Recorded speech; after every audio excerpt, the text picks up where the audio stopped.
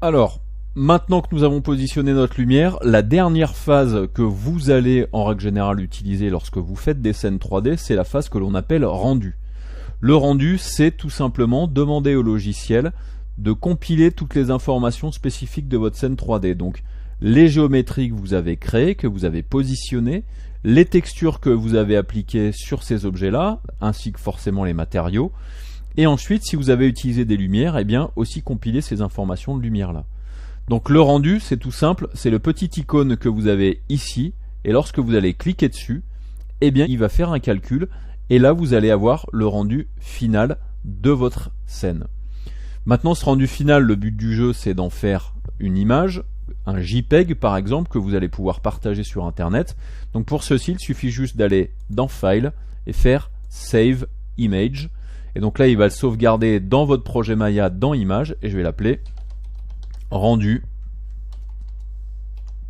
tout simplement. Et je vais ici venir choisir le format d'enregistrement. Donc je vais choisir JPEG, puisque c'est le format le plus commun pour l'instant. Je fais sauvegarder.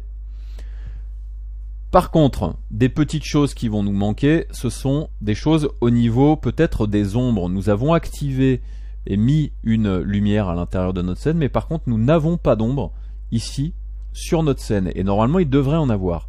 Donc pour ceci, il faut avoir la lumière de sélectionner. Donc je vais ici cliquer sur ce panel Layout qui me permet d'avoir la vue de perspective et l'outliner.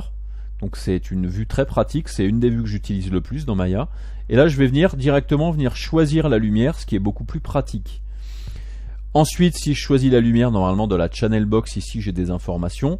Moi ce que je vais faire, c'est aller dans l'attribut editor, ici, et je vais chercher justement les informations de ma lumière.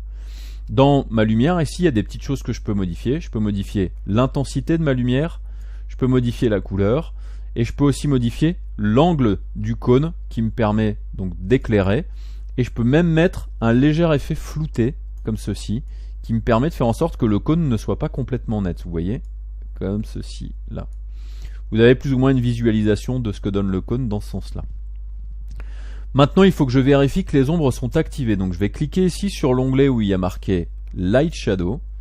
Je vais descendre dans les paramètres, et quand je vais descendre, ici, je vais me retrouver dans une catégorie qui s'appelle Ray Trace Shadow Attributes, qui en gros est un type d'ombre que l'on appelle Ray Trace, c'est-à-dire lancer de rayons. C'est un calcul particulier de l'ombre qui permet d'avoir des résultats de bonne qualité. Et là, les ombres sont activées, mais par contre, si je relance un rendu, on voit bien que les ombres ne sont pas visibles. Ça, c'est tout simplement parce que dans les paramètres de rendu, il y a des options spécifiques au Ray Trace, donc au lancer de rayons, qui ne sont pas forcément activées. Pour ceci, il faut que vous alliez dans les paramètres de rendu, donc c'est cette icône-là, là-dedans. Et dans les paramètres de rendu, donc là nous avons les paramètres communs qui vont vous permettre par exemple de définir le nom du rendu, le format de rendu vers lequel vous voulez l'enregistrer. Et là typiquement par exemple, si vous allez donner le nom de votre rendu, lorsque vous allez ensuite choisir de faire un rendu d'une manière bien particulière, il va l'enregistrer donc dans le répertoire spécifique. Donc si je développe un petit peu, il va donc effectivement l'enregistrer lui tout seul dans le répertoire image avec un certain nom.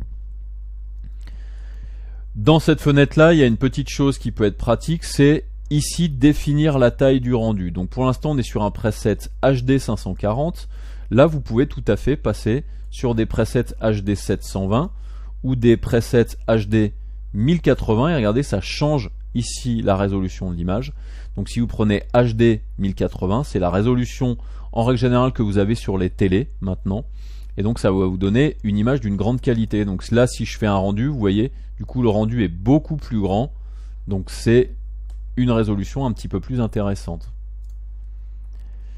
Alors en l'occurrence, nous, on venait dans les paramètres de rendu pour aller voir les paramètres de Ray Trace, c'est-à-dire les paramètres qui permettent de calculer justement les ombres. Donc il faut que vous alliez dans l'onglet Maya Software ici. Donc là ici, il y a des paramètres qui peuvent être intéressants, et notamment au niveau de la qualité. Pour l'instant, on est en Custom et on est en basse qualité. Si vous venez là-dedans, vous pouvez choisir Qualité Production, ce qui va vous permettre d'avoir quelque chose d'un petit peu meilleur. Et si vous descendez dans les paramètres, ici vous avez Ray Trace Quality, donc vous cliquez dessus, et si vous regardez bien, le Ray Trace n'est pas activé. Donc si je clique dessus, maintenant il est activé, et donc là maintenant si je fais un rendu, donc là maintenant j'ai une image qui est beaucoup plus grande, et qui du coup met un petit peu plus de temps à se rendre. Et là maintenant que j'ai activé Ray Trace, regardez ce qui se passe. J'ai effectivement mes ombres, mais on voit apparaître aussi autre chose sur nos objets ici. On a des réflexions, c'est-à-dire que les objets et l'environnement se reflètent dans les autres objets, et du coup on se retrouve avec des réflexions qui sont pas forcément heureuses sur ce type d'objet. Donc maintenant qu'on a réglé nos paramètres de rendu, ce que l'on va faire, on va justement aller modifier ces paramètres là dans les paramètres de matériaux. Donc on se retrouve tout de suite.